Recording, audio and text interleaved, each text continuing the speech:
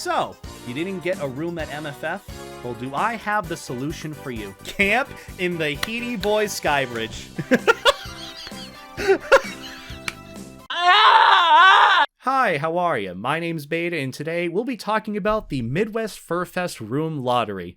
Oh boy. This whole thing happens the same exact time every year. The only thing is, it just gets bigger and bigger for the amount of people that want to go to the con. And especially more people want a main hotel room slot. And obviously not everyone is going to get one, and everyone gets upset, and then MFF screws up with something for like either dealers or someone who's performing for the con, and then they'll get even more justified in their distrust and hate towards MFF that they're willing to swear off going ever again. It's kind of crazy and dumb. It's especially immature and not really fair to those organizing the event. And I want to talk about it all today, just as a means of being like, okay, this is going to happen again next year. Instead of talking about it again, we just show you this video. Before I go into it, let's take a step back and explain what Midwest Furfest is and how the lottery system is implemented into the con itself. Because not everyone has attended a furry convention, let alone the biggest one to exist as of currently. So for those that don't know, Midwest Furfest, or MFF, is a convention that takes place in Chicago in the beginning of December and usually ends up being the biggest convention every year. It's pretty much the go-to one because Chicago is kind of the middle point of like the United States, at least for the big conventions. It's the easiest to attend, it's the easiest to travel to, there's a lot of hotels in that little bubble that it has. It's just after Thanksgiving and traveling from that, so it's very convenient for a lot of people. With all this in mind, it ends up being pretty much one of the big furry conventions to happen during the year.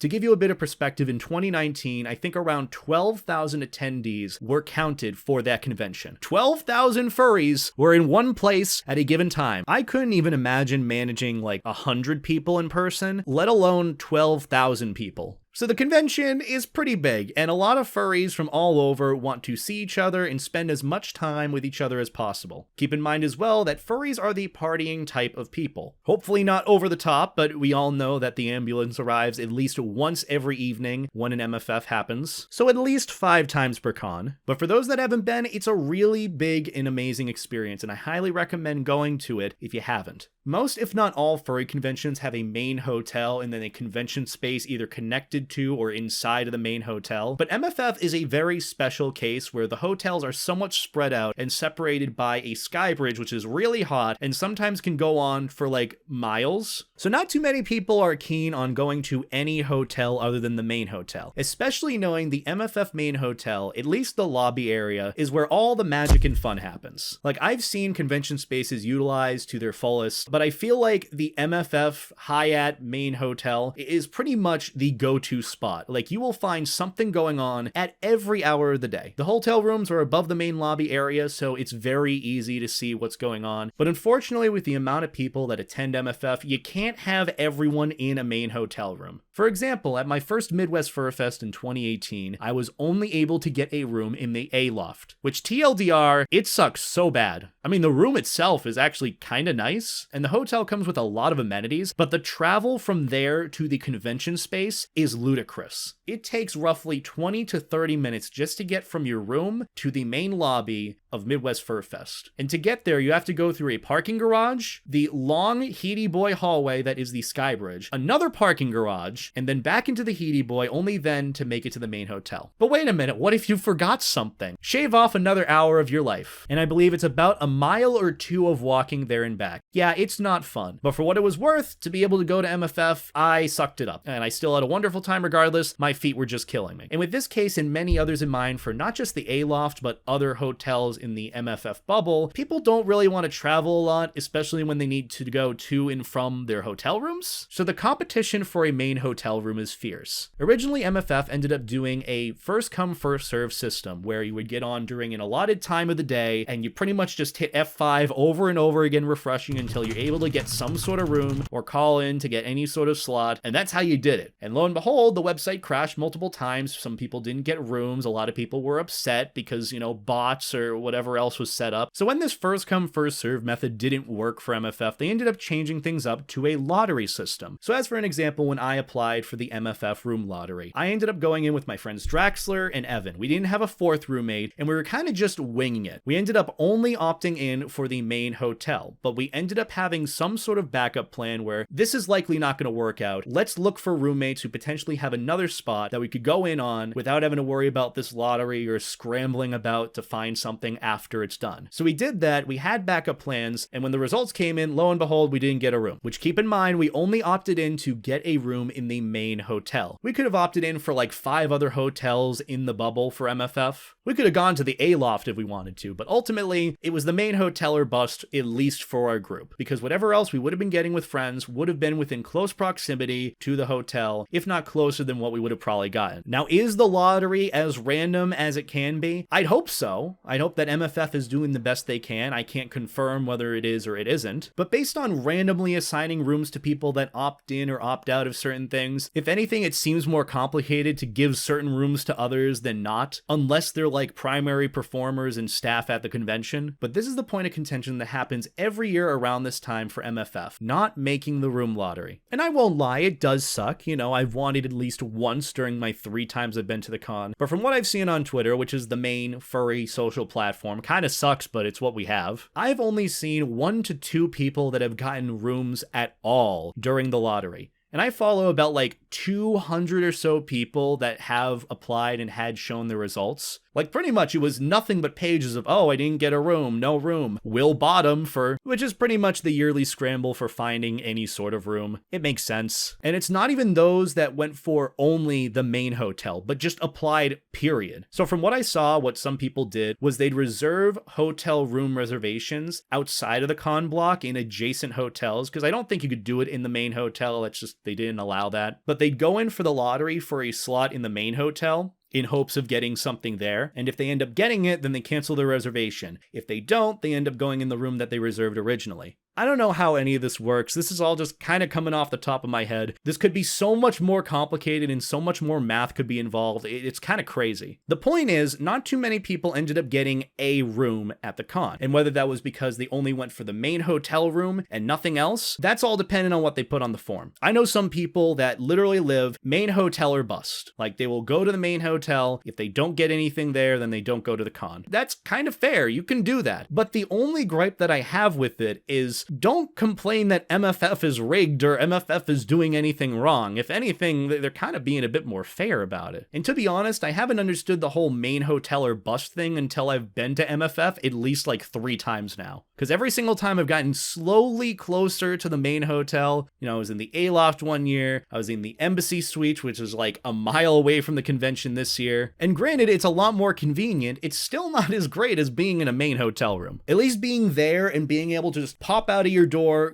go take the elevator down, and just be in the convention lobby, that's kind of nice. If I could guarantee that every year at the con, my life would be so much better. And based on what I said earlier, there's a lot of downsides to being not in the main hotel spot at MFF. I'm only going to assume so much because no one really knows how the lottery works. What's important is what's really going on Twitter as of currently. The outrage from not getting an MFF hotel room. And whether that's because they applied for the main hotel or not is up to the applicant, but I see a lot of people bashing MFF for rigging the lottery. Fun little fact, for the past 2 years, we've managed to get something trending with regards to MFF every single time the room lottery comes out. Last year, I think it was just MFF. This year, it's no MFF. Like just no MFF. That's trending. And I'm gonna be honest, some of the memes that have come from hashtag no MFF this year have been crazy. Like, for example, the Megamind no MFF meme, an absolute classic. But one of the things that I absolutely despise that people tend to do is bash the con and con staff and all these volunteers that try to make MFF happen just because they didn't get a room at the convention. Like, I saw some tweets where people were just completely unempathetic and bashing the con, adding hashtags like MFF sucks, no more MFF, or I'm never attending MFF again. I'm gonna be honest, I thought the furry fan was a bit more mature than this.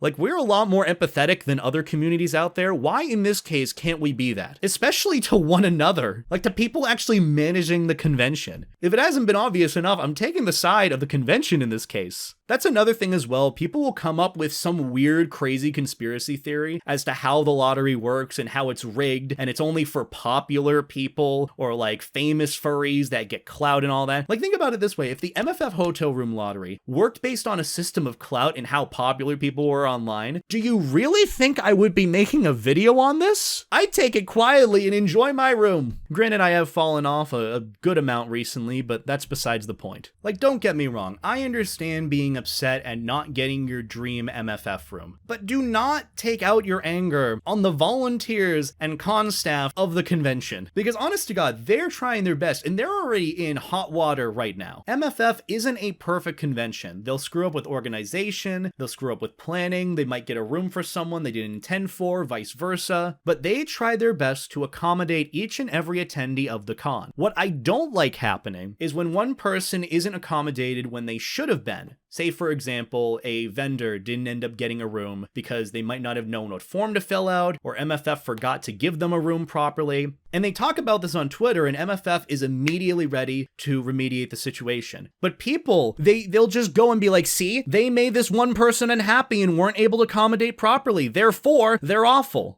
I get, like, being upset and all, but God, show a little bit of respect for the people planning this. If you don't like how it's being planned, if you think it's being run slowly, maybe it's time for you to volunteer. Like, I'm somewhat interested in volunteering, and I'm not even angry. There's a lot that furries do that isn't really being constructive. You know, giving these sort of critiques and putting MFF on blast when they make a small mistake and are actually actively fixing it is destructive, not constructive. Furries, chill a bit, please? You can be frustrated, but do it in like a controlled way. You know, tweeting about it is fine. You can meme about no MFF. I think that's hilarious. I don't think anyone's being hurt on that end. But when you're expressing your anger in a way that very much targets others, a convention that's actually trying to run and make things more accommodating for you and others, it's definitely not helpful. And also the big thing, stop pretending you know how to run conventions, especially if you've never volunteered for one in the first place. You know, immediately people think that they know how to run a con and are like, if I was a convention head, I would do this and this and this. Okay, well, go on. Which, to be fair, though, if I could just walk in and be like, I am now the president of MFF, that would be kind of neat. It's like when Lil Nas X became the president of League of Legends. I am now the president of League of Legends. Just walk in and say that, and then it happens. Wish I could do that right now. I don't have any more college loans. A federal appeals court has temporarily halted President Biden's student debt relief program. Fuck. Even outside of that, there's a way of being constructive about that and sharing your feedback with the convention. And then there's ways of not doing it, of swearing off MFF entirely, of being like, this con is awful, or I'm boycotting MFF because I didn't get a room. You boycotting a convention because you didn't get... No, you just couldn't go. What? People boycotting a con when they already don't have a room for the con?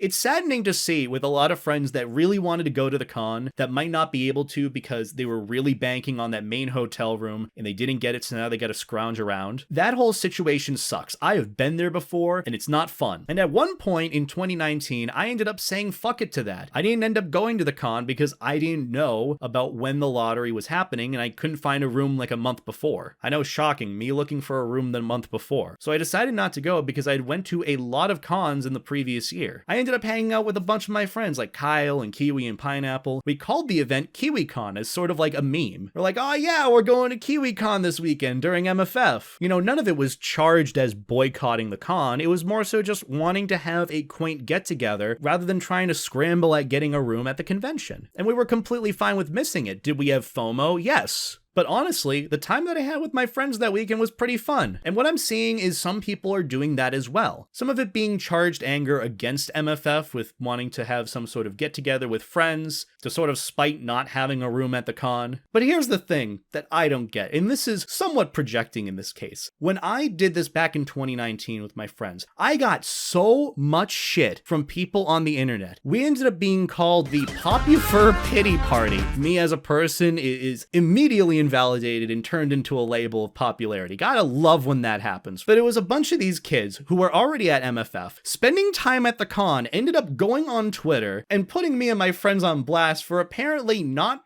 going to the con. But the ironic part about this is these same people are doing the exact same thing years later now. It's also funny seeing some people scrounge for rooms and doing the whole, we'll do insert something here to get a main hotel room at MFF. And most of the time, that insert something here is bottoming. It's like, we'll bottom for a main hotel room at MFF. It's like, bitch, please, all of us are bottoms. What are you gonna do? It's just a train tunnel going against another train tunnel. And look, you get to sleep in the bathroom. Isn't that fun? No, it isn't. But overall, this week on Twitter has been a funny experience. There's been some laughs and there's been some things where I'm like, really? Really? And I think we can all learn some lessons from this today. First off, just have a little bit of empathy for the con staff running this event. Same thing with volunteers. A lot of the time, they're not getting anything out of it. They're doing it because they want to see the con run and enjoy doing it. That's what volunteer work is. So all I'm saying is, guys, just have a little bit of patience and respect for the con staff. And that doesn't go for just in person, it goes online as well. You know, even if you're not name dropping them or directing hate at them, they still see it and it can be hurtful. I hate playing the whole, that thing hurt me, apologize sort of thing, but just be a bit more respectful to those organizing the event. If you have questions, ask them. If you have any feedback or critiques, there's usually some sort of survey at the end of when you register or at the end of the con. One lesson that I've taken with me throughout my entire life, which might help you guys in this case, especially for big circumstances like this where stakes are high, for future MFF room lotteries or any main hotel lotteries, hope for the best, but prepare for the worst. You can sit there and hope that you get a main hotel room and that you're one of the lucky few that does, but also don't dismiss the possibility at disappointment, especially when the chances are very slim. It's okay to be upset and disappointed. Just express it in a healthy way that doesn't degrade others, especially those planning the event. You know, it doesn't make them feel good and they might not want to volunteer or work for the con in the future. You know, I know we're doing the whole thing of like, when you don't see people behind a screen, you don't treat them like people, but keep in mind there's a lot of people behind this faceless event. If you don't get a main hotel room at the con, I don't blame you for not wanting to attend the con either. You're not obligated. No one's obligated to go to a furry convention. And same thing if you got a hotel room in another spot. Like, you can do whatever you want. You don't have to attend MFF. It would be nice if you did, but you don't have to. There will be other MFFs in the future. It's not going away. And you don't have to like MFF either. I think this just comes full circle of like, people try to find a valid reason to not like something. I don't know if it's just a furry thing where people make up issues about someone to justify just not liking it, but you can just, reminder, not like something, and that's it. Because you just don't click with it, and that's okay. You don't have to. You don't have to create a reason to not like something either. So keep a lot of what I said in mind for the future whenever this drama comes up again, because it likely is to do so next year. If you go and have like a friend get together during the con, just because you don't want to deal with the craziness of finding a room, I totally understand, but don't bash me and my friends for doing it again, please.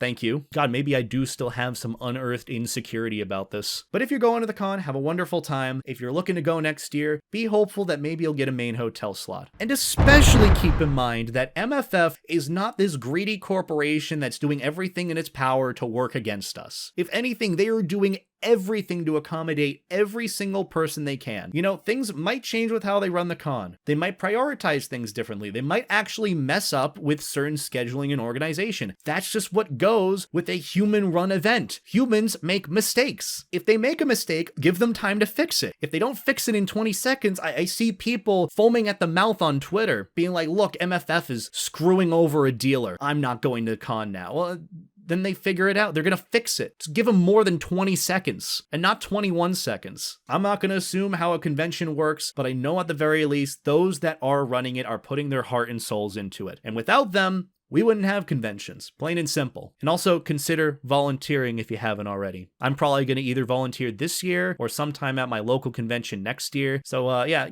go and help people that are doing con stuff. It's a nice way to socialize. Also, you know, think about it this way. You're doing like Reg or something. People are coming to you. You don't got to go to them. But overall, just be respectable to people. That's all I'm asking for. And also keep the memes coming because they are really funny. But either way, in like 3 to 4 days or so, the MFF discourse will be done and over with. Some idiot will have said something stupid on the internet with regards to furries, and everyone's going to be all over that for the next 2 days. It's how furry drama works. But at least I'm glad that we covered one little tick in the cycle of furry drama. I don't really know what else to promote besides I live stream on Twitch. I have a Twitter, so you can follow me there if you'd like. I post some dank memes. I feel like I lost 1 year off my lifespan for saying dank, but yeah. I have a Patreon, I have other things. Also, I will be at Furpocalypse and MFF this year. Those are the last 2 cons that I'm doing in 2022, so if you want to see me there, you can. Also, if there's anything else you want me to talk about that isn't related to furries, please let me know, because I'm trying to get into something that isn't just the furry niche. I just wanted to talk about this because, again, it's a flat circle, and I'm somewhat still informational, so I thought I'd talk about this and put it to rest for years to come, because the lottery system, as debatable of whether or not it's fair, I think it's pretty fair for what it's trying to do. And also to those that got a hotel room at MFF, congratulations, I'm happy for you, and you better enjoy that con. Besides that, I've got nothing else. Have a wonderful day, and as always, stay life jacket, everyone. Take care. Also, I've got thick-ass thighs. Look at this shit. Look at those fucking thighs. Look at this shit. I could crush a watermelon with them.